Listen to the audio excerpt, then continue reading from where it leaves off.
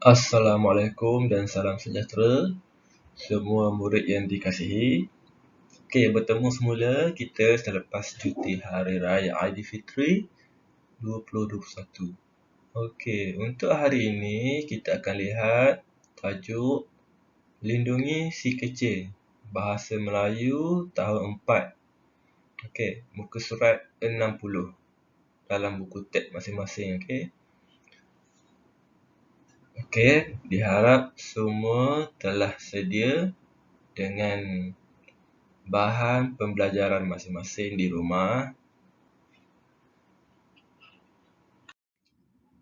Seterusnya, mari kita lihat muka surat 60, tajuk Lindungi Si Kecil. Okey, dalam muka surat ni kita akan fokus pada aspek tata bahasa. Okey, kamu boleh lihat ada 4 gambar, 1, 2, 3, 4. Okey. Dalam perangkat ini ada tempat kosong yang kamu perlu isi menggunakan kata hubung. Okey. Masih ingat lagi apa itu kata hubung? Okey, cikgu harap kamu masih ingat. Sekejap lagi kita akan lihat penerangan tentang kata hubung dalam video ini. Okey, kata hubung ni ada fungsi dia. Okey, iaitu untuk menghubungkan dua ayat atau lebih. Okey, contoh atau, supaya, sewaktu, ketika, untuk, kerana.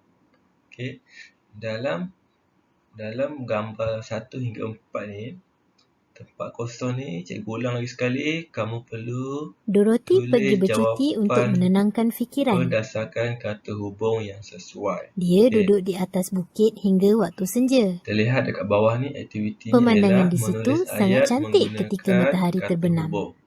Okey. Hujan turun Senang dengan sahaja. lebat semasa Dorothy turun Okey. dari bukit. Nanti kamu Dia akan berharap tonton agar video menjumpai penerangan tempat berteduh. yang lebih jelas. Dia jatuh sakit kerana peristiwa itu. Okey. Situasi tadi ada menggunakan beberapa contoh kata hubung. Apakah itu kata hubung? Seterusnya, Mari kita pelajarinya. mari kita lihat Kata hubung digunakan untuk menghubungkan video ayat-ayat penerangan kecil menjadi ini. satu ayat lengkap. Ada 6 kata hubung dalam pelajaran hari ini. Antaranya termasuklah agar, hingga, kerana, ketika, semasa dan untuk. Untuk pengetahuan anda, setiap kata hubung mempunyai fungsi.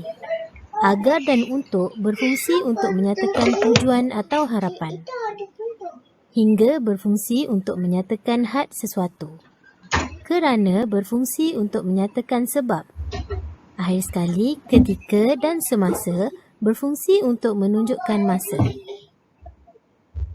Mari kita lihat contoh ayat yang boleh dibina menggunakan kata hubung berikut. Bagaimanakah membentuk ayat yang lengkap menggunakan kata hubung? Ayat lengkap dibentuk daripada gabungan ayat 1 dan ayat 2 dengan kata hubung. Oleh itu, kata hubung amat penting bagi membentuk satu ayat yang lengkap.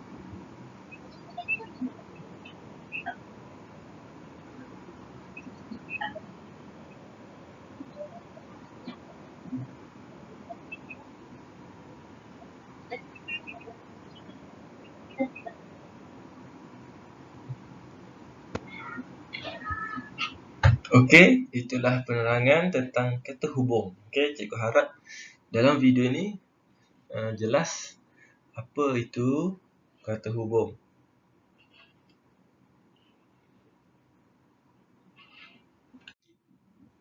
Tugasan hari ini, Cikgu minta kamu gunakan buku nombor 1 untuk salin semula ayat 1 hingga ayat 4.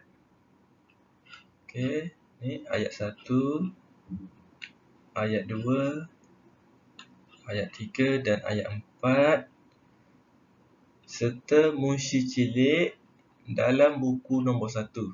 Okey, tulis dengan kemas dan jelas dan terang.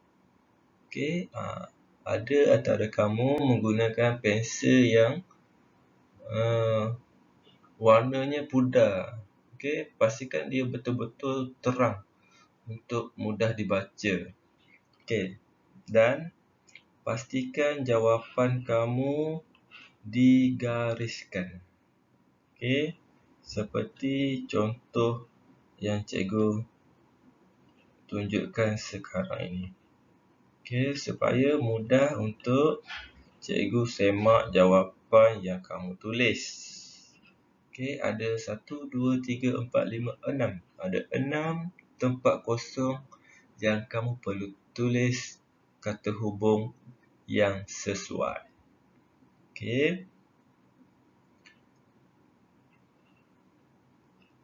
Selepas kamu siap, cikgu harap seperti biasa semak semula ejaan dan jawapan yang kamu tulis. Okey.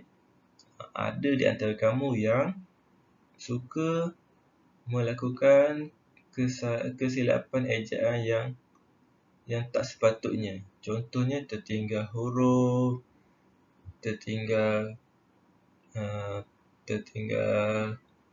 tanda baca. Okey, jadi harus dielakkan kesilapan yang mudah seperti itu. Okey, sekiranya kamu ada soalan, kamu boleh komen di ruangan komen dalam Google Classroom. Okey, cikgu harap jelas untuk hari ini apa tugasan yang kamu perlu buat. Okey, kamu boleh buat pada masa yang sesuai. Cikgu tahu ada yang tak ada peranti kat rumah, ada yang berkongsi peranti. Jadi carilah masa yang sesuai untuk lakukan tugasan hari ini. Okey, itu sahaja. Terima kasih. Jangan lupa kita jaga SOP. Jumpa lagi.